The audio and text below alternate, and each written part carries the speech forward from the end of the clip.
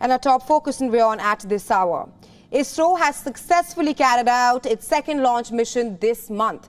After a 25-minute mission, 7 Singaporean polar satellites have been successfully placed in the orbit using its Pslv launcher this morning. The main satellite of the mission, DSSAR satellite, has been separated and placed in its intended orbit. Once deployed and operational, it will be used to support the satellite imagery requirements of various agencies within the government of Singapore. The chairman and managing director of NSIL, which is ISRO's commercial arm, said that it was historic for a single customer to use the Pslv launcher for 4 launch missions. ISRO tweeted about the successful launch as well, thanking NSIL and Singapore for the contract. The mission is Pslv's 58th flight, and it is also the rocket's 17th flight in standard configuration. This is the first time in 5 years that ISRO has performed 2 launches in just a matter of a month. For more on this, our correspondent Siddharth MP has sent us this report. Take a look.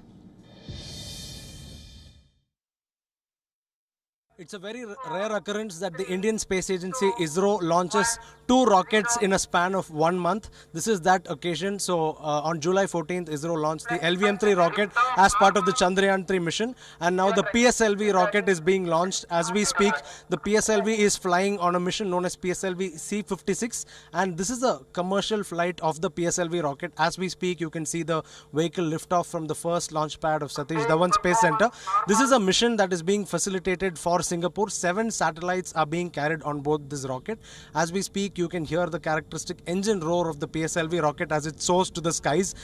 This is a mission where the primary payload is DSR, a synthetic aperture radar, or an imaging satellite that Singapore government will be using. In addition to this, there are also passenger payloads, co-passenger 6 satellites. In all these satellites, 7 satellites weigh close to 425 kg. This is a mission that will last close to 25 minutes for fulfillment. Let's remember the fact that ISRO has now become a go-to place for launching satellites, particularly from Singapore. It was only in April that Singaporean satellites were launched on an ISRO rocket, and now we have another mission where exclusively Singaporean satellites are being launched on the Pslv rocket. Let's also remember the fact that ISRO's commercial arm NSIL is the one that is in charge for this mission. ISRO, of course, is facilitating the launch and the technical aspects, but this mission is being carried out for NSIL New Space India Limited, which is ISRO's commercial arm. Let's also keep in mind the fact that ISRO now has firmed up its position in the international market for launching small satellites, particularly the ones below the 1,000-2,000 kilogram payload mass. And this is one classic example of how ISRO has mastered small satellite launches, and the Pslv now in its 58th flight is doing exactly that. From Sriharikota, Siddharth MP, we on World is One.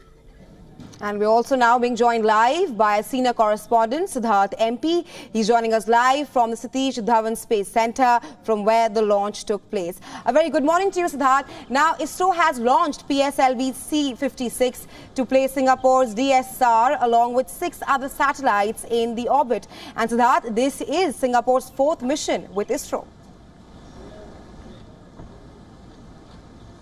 Yeah, indeed. Good morning, Rahesha. So let me start by telling you this, that the chairman of New Space India Limited mentioned that this was indeed a record for ISRO, because a customer keeping on coming back to ISRO for launches indicates the prowess that ISRO has in the international launch market. And it's only trust and reliability that gives you business in the international launch market, because every country or every institution that wants to launch satellites into space wants 100% success, and that's the minimum guarantee that everyone expects. So now, and there are several private firms now that launch rockets. You could do it using SpaceX, you could do it using Ariane of the European Space Agency. You could even use private companies such as Rocket Lab to launch satellites into space. But for Singapore to repeatedly come to ISRO and charter 4 rockets to launch their satellites using a Pslv indicates the prowess that ISRO's rocket has developed, and it's clearly a reputation that ISRO has built for itself, and this reputation is nothing but the reliability of the vehicle. So if you look at the success percent of the Pslv, it's well over 97%. So this is the 58th flight, and so far Pslv has only had anywhere